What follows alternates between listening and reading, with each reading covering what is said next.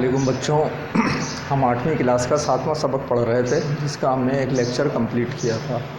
سبق ہے ہمارا گزرا ہوا زمانہ، جس کے مصنف سر سید احمد خان صاحب۔ تو مجھے امید ہے آپ لوگوں نے اپنا ہوم ورک میں ملا ہوا سوال جو تھا اس کا جواب کر لیا ہوگا۔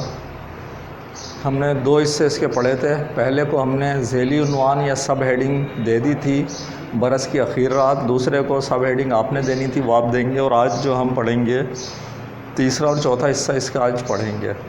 ان دونوں کی بھی ذیلی عنوان یا سب ہیڈنگ آپ نے ڈالنے ہیں۔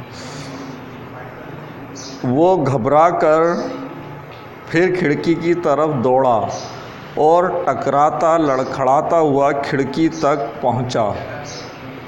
اس کو کھولا اور دیکھا کہ ہوا میں کچھ ٹھہری ہے اور بجلی کی کڑک کچھ تھمی ہے، پر رات ویسی ہی اندھیری ہے۔ اس کی گھبراہٹ کچھ کم ہوئی اور پھر اپنی جگہ آ بیٹھا۔ اتنے میں اس کو اپنا ادھیڑ پن یاد آیا۔ ادھیڑ پن، یہ اس کو بھی انہوں نے بیان کیا ہے کون سی عمر کو کہتے ہیں، جس میں کہ وہ جوانی رہی تھی، اور نہ وہ جوانی کا جوبن، نہ وہ دل رہا تھا اور نہ دل کے ولولوں کا جوش۔ یہاں اس سے آگے کا نہیں بتایا، میں بتا دیتا ہوں۔ بڑھاپے سے پہلے اور جوانی کے بعد، جس کو دیکھ کر آپ کسی شخص کو یہ بھی نہ بول سکیں کہ یہ جوان ہے اور یہ بھی نہ بول سکیں کہ یہ بڈھا ہے۔ بولے جوانی تو گزر گئی ہے، پھر اب بڈھے ہو گئے، ابھی تو بڈھے بھی نہیں ہو، ٹھیک ہے۔ یہ جو عمر ہوتی ہے آپ کی، اس کو آپ کہتے ہیں ادھیڑ عمر۔ بزرگ جو جوانی، یا آپ اگر مجھے دیکھ لیں، ادھیڑ عمر یہ عمر کہلاتی ہے۔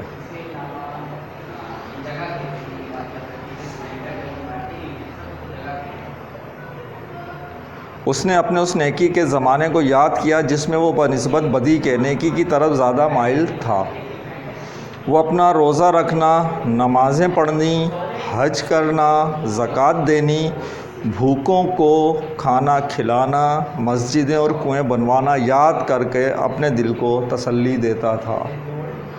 فقیروں اور درویشوں کو جن کی خدمت کی تھی، اپنے پیروں کو جن سے بیعت کی تھی، اپنی مدد کو پکارتا تھا، مگر دل کی بے قراری نہیں جاتی تھی۔ وہ دیکھتا تھا کہ اس کے ذاتی اعمال کا اسی تک خاتمہ ہے۔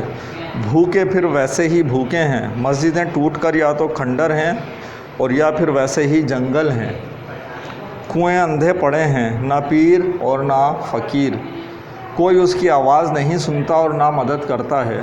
اس کا دل پھر گھبراتا ہے اور سوچتا ہے کہ میں نے کیا کیا جو تمام فانی چیزوں پر دل لگایا۔ یہ پچھلی سمجھ پہلے ہی کیوں نہ سوجھی، اب کچھ بس نہیں چلتا، اور پھر یہ کہہ کر چلا اٹھا، ہائے وقت، ہائے وقت، میں نے تجھ کو کیوں کھو دیا۔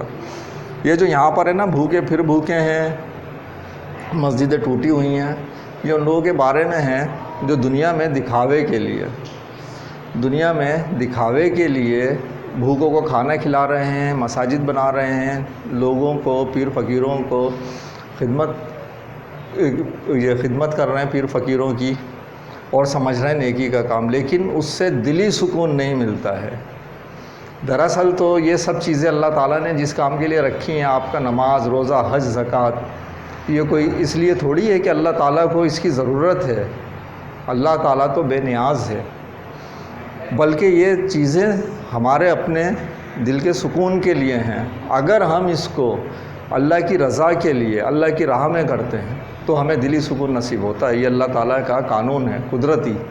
اور اگر ہم کرتے ہیں دنیا دکھاوے کے لیے، دنیا لاکھ آپ کی واہواہی کرتی رہے، لاکھ آپ کی بڑائی بیان کرتی رہے، لیکن آپ کو دلی سکون نصیب نہیں ہوتا۔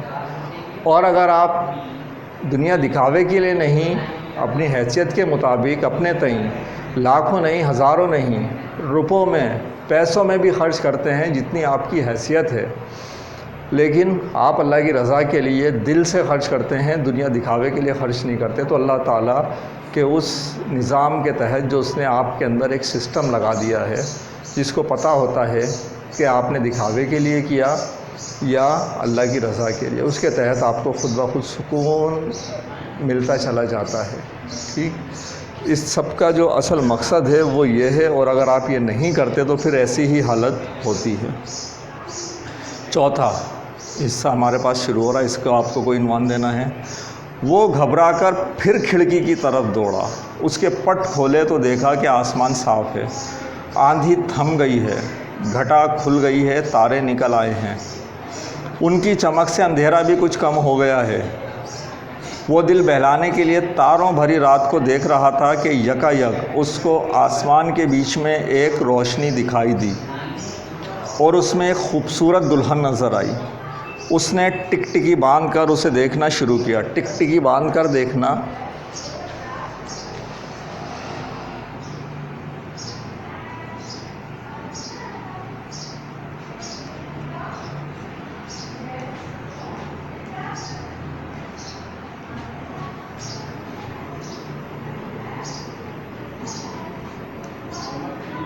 کسی چیز کو پلک جھپکائے کے بغیر، نظر ادھر ادھر ہٹائے بغیر ایک ہی چیز کو دیکھتے رہنا، اس کو بولتے ہیں ٹکٹکی باندھ کر دیکھنا. جوں جوں وہ اسے دیکھتا تھا وہ قریب ہوتی جاتی تھی، یہاں تک کہ وہ اس کے پاس بہت پاس آ گئی. وہ اس کے حسن و جمال کو دیکھ کر حیران ہو گیا اور نہایت پاک دل اور محبت کے لہجے سے پوچھا کہ تم کون ہو؟ وہ بولی کہ ہمیشہ زندہ رہنے والی نیکی ہوں. اس نے پوچھا کہ تمہاری تسخیر کا بھی کوئی عمل ہے؟ تسخیر، تم کو فتح کرنا، جیت لینا، حاصل کر لینا، قابو کر لینا، تسخیر کا بھی کوئی عمل ہے؟ وہ بولی ہاں ہے، نہایت آسان پر بہت مشکل. یہ کیا بات ہوئی؟ آسان بہت مشکل. دیکھتے ہیں کس چیز کو سامنے رکھ کر مصنف نے یہ بات لکھی ہے. جو کوئی خدا کے فرض کو اس بدوی کی طرح جس نے کہا واللہ لا ازید ولا انقص، خدا کی قسم نہ میں زیادہ کروں گا نہ کم، نہ زیادہ کروں گا نہ کم، اس کا مقصد اللہ تعالیٰ نے جو مجھے حکم دیا نہ اس سے زیادہ نہ اس سے کم، ادا کر کے انسان کی بھلائی اور اس کی بہتری میں سعی کرے. صحیح کوشش، یہاں پر یہ جو صحیح کے معنی ہیں کوشش کے ہیں. اس صحیح کرے، اس کی مسخر ہوتی ہوں. مسخر تابع، یہ کون دلہن بول رہی ہے اس کو؟ وہ جو نیکی کی دلہن ہے، میں اس کے تابع ہو جاتی ہوں، جو اللہ تعالیٰ کے حکم کے مطابق نہ کم کرے نہ زیادہ کرے. دنیا میں کوئی چیز ہمیشہ رہنے والی نہیں ہے، انسان ہی ایسی چیز ہے جو آخر تک رہے گا. پس جو بھلائی کہ انسان کی بہتری کے لیے کی جاتی ہے وہی نسل در نسل آخر تک چلی آتی ہے. نماز، روزہ، حج، زکوٰۃ اسی تک ختم ہو جاتا ہے، اس کی موت ان سب چیزوں کو ختم کر دیتی ہے. میں جو نماز پڑھ رہا ہوں، روزہ رکھ رہا ہوں، حج ادا کر رہا ہوں، فرض ہے یہ کام، لیکن جیسے ہی میں ختم ہوا یہ فرض بھی ختم ہو گئے اور یہ میرے ساتھ چلے گئے. دنیا میں کیا رہا جو میں نے اگر کیا ہے، جس کو ہم کہتے ہیں ثواب جاریہ. نماز ثواب جاریہ نہیں ہے. ہاں، دوسرے کو نماز سکھانا ثواب جاریہ ہے. میں اپنی نماز پڑھ رہا ہوں، میں نے جس ٹائم کی نماز پڑھی وہ میری فرض ہے، وہ نماز وہیں ختم ہو گئی، اس کو میں نے ادا کر دیا، اللہ تعالیٰ نے اس کو ادا میں لکھ دیا، میرا فرض پورا ہو گیا. لیکن اس کا ثواب آگے جاری نہیں رہے گا، اس کا فائدہ نسلوں کو نہیں ہوگا، بلکہ اس کا فائدہ کب ہوگا نسلوں کو؟ جب ہم کسی کو سکھا دیں گے. ایسے ہی ابھی اور کاموں کا ذکر ہے یہاں پر جو انسانی فلاح کے کام ہیں. اس کی موت ان سب چیزوں کو ختم کر دیتی ہے. مادی چیزیں بھی چند روز میں فنا ہو جاتی ہیں، مگر انسان کی بھلائی آخر تک جاری رہتی ہے. میں تمام انسانوں کی روح ہوں، جو مجھ کو تسخیر کرنا چاہے انسان کی بھلائی میں کوشش کرے. کم سے کم اپنی قوم کی بھلائی میں تو دل و جان سے سائی ہو. سائی لفظ آیا ہے، سائی کوشش کرنے والا. صحیح کوشش کرنا، سائی کوشش کرنے والا. جو کوشش کرتا ہے اس کو کیا بولتے ہیں؟ سائی.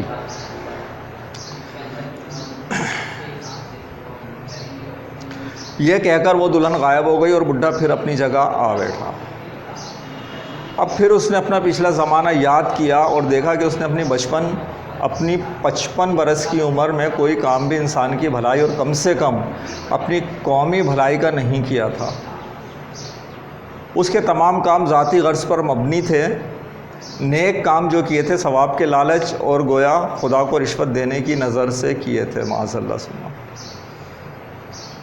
خاص قومی بھلائی کی خالص نیت سے کچھ بھی نہیں کیا تھا۔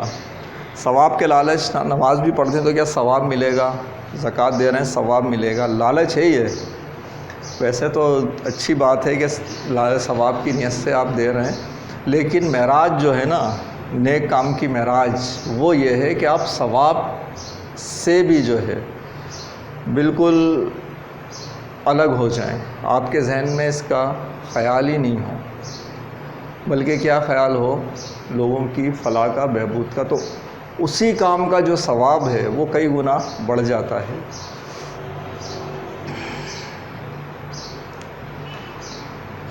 اپنا حال سوچ کر وہ اس دل فریب دلہن کے ملنے سے مایوس ہوا، اپنا آخر زمانہ دیکھ کر آئندہ کرنے کی بھی امید نہ پائی، تب تو نہایت مایوسی کی حالت میں بے قرار ہو کر چلا اٹھا،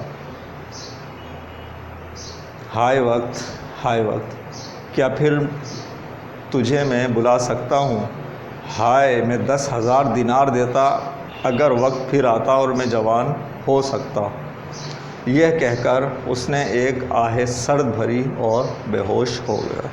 اس کا آخری اور 5واں حصہ انشاءاللہ ہم اس سبق کے اگلے لیکچر میں پورا کریں گے اور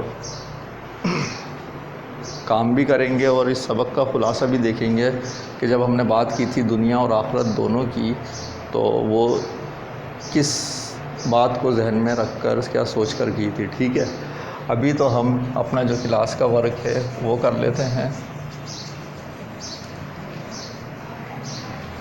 کلاس ورک میں ہمارے پاس سوالات ہیں۔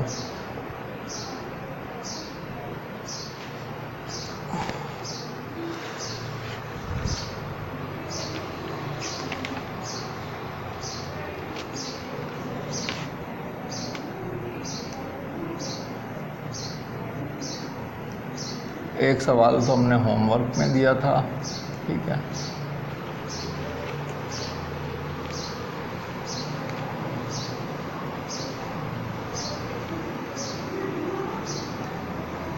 اپنے نیکی کے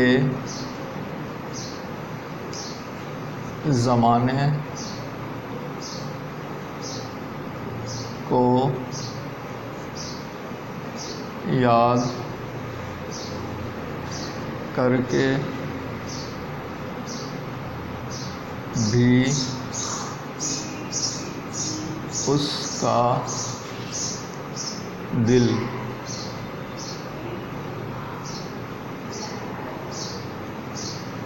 مطمئن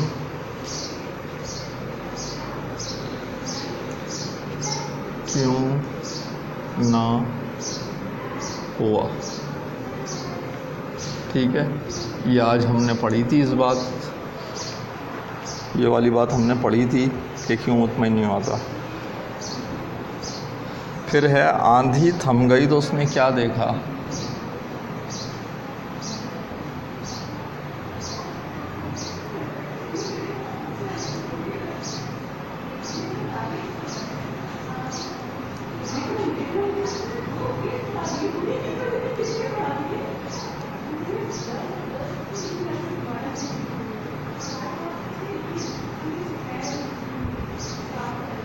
آندھی تھم گئی تو اس نے کیا دیکھا؟ اس سے اگلا سوال ہے آپ کے پاس،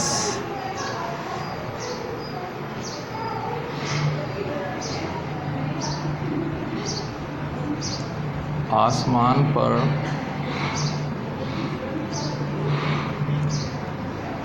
نظر آنے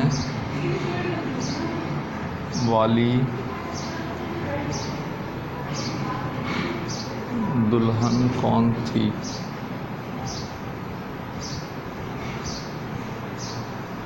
اور اس نے اپنی تسخیر کا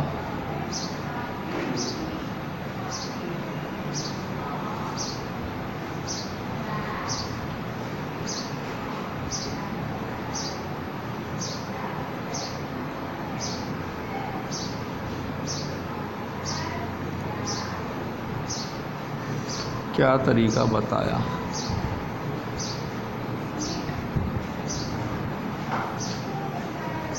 ٹھیک ہے، یہ ایک سوال کریں، ویڈیو روکیں، پھر دوسرا، پھر تیسرا، یہ تینوں سوال فٹافٹ کر لیجئے۔ ٹھیک ہے، سوالات ہو گئے؟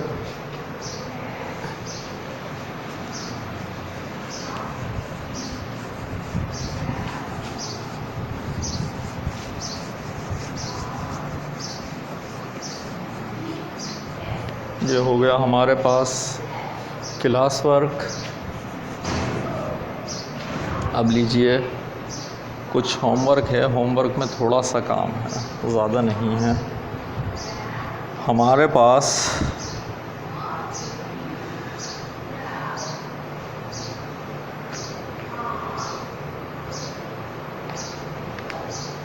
یہاں پر اب تک جو ہم نے کام کیا اور پڑھا ہے، تو جہاں تک ہم نے پڑھا ہے اس کے مطابق آپ کے پاس یہاں پر موجود صفحہ نمبر 39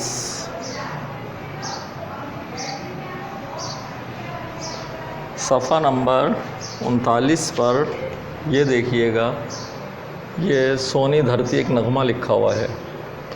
اس کا کام ہے، اس سے متعلق کام کیا ہے وہ میں آپ کو بتا دیتا ہوں۔ ان مصروں پر نشان لگائیں جو گزرا ہوا زمانہ کی آسمانی دلہن تمام انسانوں کی روح کی یاد دلاتے ہیں۔ آسمانی دلہن کون تھی؟ تمام انسانوں کی روح، یہی بتایا تھا نا اس نے۔ تو آپ مصرے پڑھتے جائیں گے اور اس پر نشان لگاتے جائیں گے، جس سے پڑھ کر آپ کو اس سے تعلق محسوس ہو۔ سونی دھرتی اللہ رکھے قدم قدم آباد تجھے، جب تک ہے یہ دنیا باقی ہم دیکھیں آزاد تجھے۔ آپ کو جہاں جہاں جس جس مصرے میں تعلق محسوس ہوتا ہے آپ اس پر نشان لگائیں گے۔ پھر اس کے بعد یہ کام تو آپ کا یہاں ہو گیا، اب ہے آپ کے پاس جو ہوم ورک میں کرنا ہے، وہ کیا کرنا ہے؟ ہوم ورک لے لیجیے۔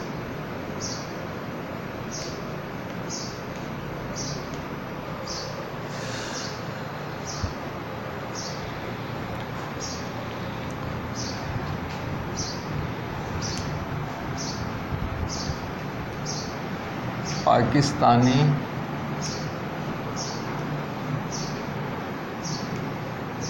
شاعروں کے لکھے ہوئے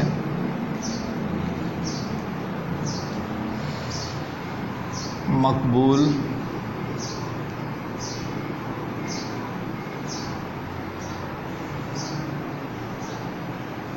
نغمے اور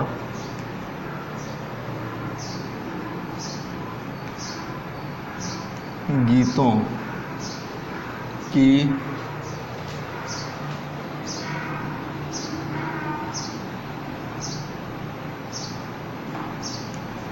فہرست بنائیں جو آپ کو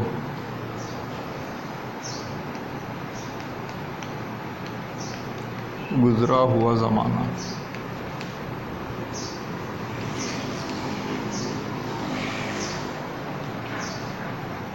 کی آسمانی دلہن کی یاد دلائے۔ یہاں پر دیکھیں، یہ آپ کے پاس چارٹ بنا ہوا ہے، اس میں ہے نغمے کا پہلا مصرع۔ یہ ابھی میں مزید آپ کو سمجھا دیتا ہوں۔ پھر اس کے بعد یہاں پر ہے شاعر کا نام۔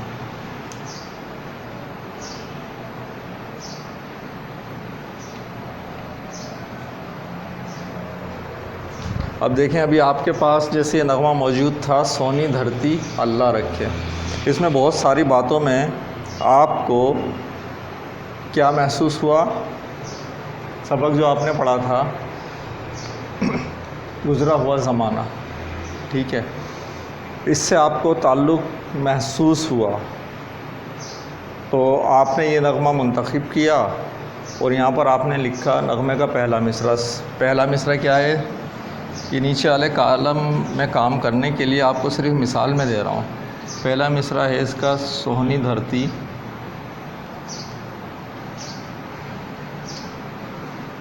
اللہ رکھے،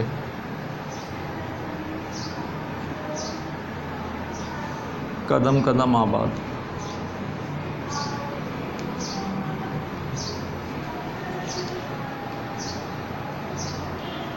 آباد تجھے۔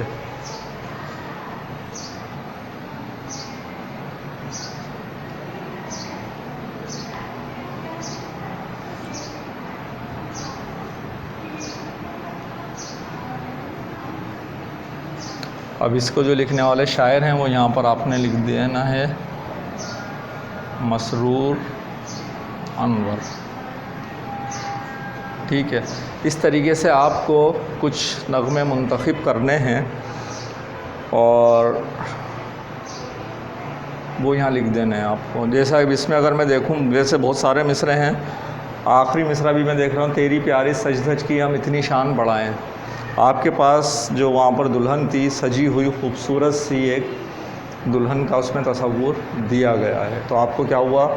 اس سبق سے اس نغمے کا تعلق محسوس ہوا، اس مصرعے پہ آپ نے نشان لگا دیا۔ یہ تو اس پورے نغمے کے لیے بہت سارے مصرعوں کا کام تھا، لیکن آپ کو کیا کرنا ہے؟ کچھ نغمے جن سے آپ کو تعلق محسوس ہو اس نغمے کا صرف پہلا یہاں پر مصرع، آپ نے کچھ نہیں، صرف 3 نغمے ایسے لکھ دینے ہیں، ایسے کالم بنا کر۔ آپ کے پیج پر یہ کالم چارٹ موجود ہے، بالکل اسی طریقے سے اس میں نیچے لائن اس سے نیچے لائن آپ نے نغمے کا پہلا مصرع یہاں لکھنا ہے، شاعر کا نام یہاں لکھنا ہے، ٹھیک ہے بچوں۔ یہ تھا ہمارا آج کا ہوم ورک۔ انشاءاللہ اگلے لیکچر میں جو ہے ہم اس سبق کو مکمل کریں گے اور اس میں ہم دیکھیں گے کہ ہماری دنیا اور آخرت کے لیے کیا سبق ہمیں دیا گیا ہے، ٹھیک ہے بچوں۔ اللہ حافظ۔